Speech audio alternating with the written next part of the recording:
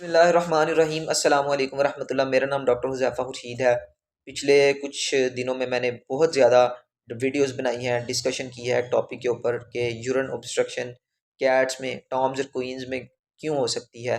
तो दो वजूहात के ऊपर मैंने बात की है, एक यूरिनरी ट्रैक इन्फेक्शन के बारे में, दूसरी यूरिनरी स्टोन्स के बारे में मैंने बात की है। आज मैं एक और वजह की बात करने जा रहा हूँ, वो क्या है? वो है FIC, feline idiopathic cystitis, FIC। तो अलामात क्या होंगी इस बीमारी के अंदर? एक्चुअली इस बीमारी में होता यह है कि जो यूरिनरी ब्लैडर है ना, उसकी वॉल्स इन्फ्लेम्ड हो जाती हैं, थिक हो जाती हैं, और इसके नतीजे में जो अलामात आपका पेट शो करता है वो सेम होती हैं वैसे ही जैसे ऑब्स्ट्रक्शन में होती हैं। आपका एनिमल जो है वो यूरिनेट जो करता है वो थोड़ा थोड़ा करता है, ड्रॉपिंग्स की शक्ल में, खुल के यूरिन नहीं करता, या उसके अंदर ब्लड आ रहा है, या जोर लगा रहा है यूरिन करने के दौरान। तो ये इसकी अलामात होंगी। अच्छा, अलामात के बाद जो है वो इसकी काज क्या होती है? तो इडियोपैथी का जो मतलब होता है वो इसका होता है कि आज तक रिसर्चर्स ने इसकी अलामात के बारे, इसकी वजह के बारे में नहीं बता सके कि क्या वजह होती है जिसकी वजह से ये बीमारी होती है। इसकी वजह का किसी को नहीं पता अभी तक।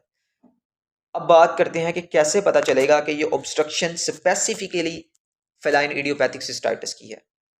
सबसे पहले आप यूरिन का सैंपल लेते हैं। सैंपल में आप लोग डिप स्टिक टेस्ट करते हैं, तो उसके अंदर आपको थोड़ी सी हेल्प मिल जाती है कि WBCs का नंबर बहुत ज़्यादा बड़ा नहीं हुआ, इसका मतलब यह है कि कोई इन्फेक्शन नहीं है। उसके बाद आप डायरेक्टली ब्लैडर से यूरिन को कलेक्ट करते हैं और उसका एक कल्चर सेंसिटिविटी टेस्ट करवाया जाता है। कल्चर सेंसिटिव टेस्ट में का जब रिजल्ट नेगेटिव आए, तो नेगेटिव आने का मतलब ये होता है कि कोई बैक्टीरिया जो है वहाँ पे नहीं है। इसका मतलब ये है कि इन्फेक्शन नहीं है। तो ये दो टेस्ट से आपको ये पता लग जाएगा कि UTI, यूरिनरी ट्रैक इन्फेक्शन नहीं है। उसके बाद आप जो है वो एक्सरे या अल्ट्रासाउंड कराएंगे। एक्सरे या अल्ट्रासाउंड में आपको स्टोन्स ना मिले, कोई पथरी नहीं मिल रही, तो इसका मतलब ये है कि ना उसको यूरिनरी ट्रैक इन्फेक्शन है, ना कोई स्टोन है। ठीक है ये। इसके अलावा कोई ट्रामा वगैरह की भी हिस्ट्री आपके पास ना हो, तो ऑब्वियसली इन तीनों में से, तीनों चारों में से, या कैंसर की वजह से हो सकता है कि यूनिट ट्रैक में कहीं कैंसर है, और कैंसर इतना कॉमन नहीं था। अगर ये तीन चार वजूहात ना हो तो फिर ऑब्वियसली पीछे एक ही चीज़ बची है कि उसकी कोई वजह नहीं है, और उस बेवजह चीज़ को हम कहते हैं FIC, फेलाइन इडियोपैथिक सिस्टाइटिस। ये वेट आपका डायग्नोस करेगा। उसके बाद इसका ट्रीटमेंट क्या है?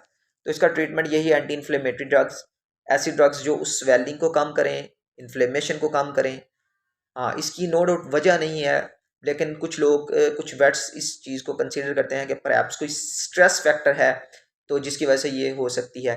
तो एंटी इन्फ्लेमेटरी ड्रग्स के साथ साथ एंटी स्ट्रेस या एंटी एंजाइटी मेडिकेशंस जो हैं वो आपके पेट्स को दी जाती हैं, जिसके ये जो है आपका एनिमल इससे रिकवर हो जाता है। बाकी एमरजेंसी क्लियर करना बहुत ज़रूरी है, वहाँ पे कैथीटर वगैरह पास करके उसके यूरिन को ओपन किया जाए प्रॉपर्ली। जी बहुत शुक्रिया, अस्सलाम वालेकुम।